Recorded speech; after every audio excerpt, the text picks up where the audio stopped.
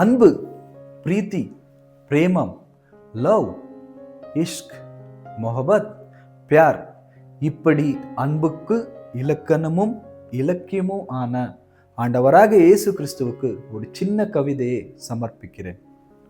என் கரம் பிடிக்க வானத்திலிருந்து இறங்கி வந்தவரே, என் கரை போக்க தஞ்சீவனே எனக்காக தந்தவரே, என்னன்னு சொல்ல நீர் என் மேல வைத்த அன்பு, எப்படி சொல்ல உன் பேரன்பை.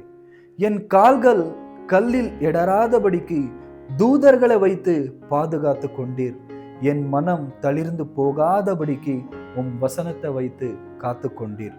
என்னன்னு சொல்ல நீர் என் மேல் வைத்த அன்பு, எப்படி சொல்வேன் உன் பேரன்பு.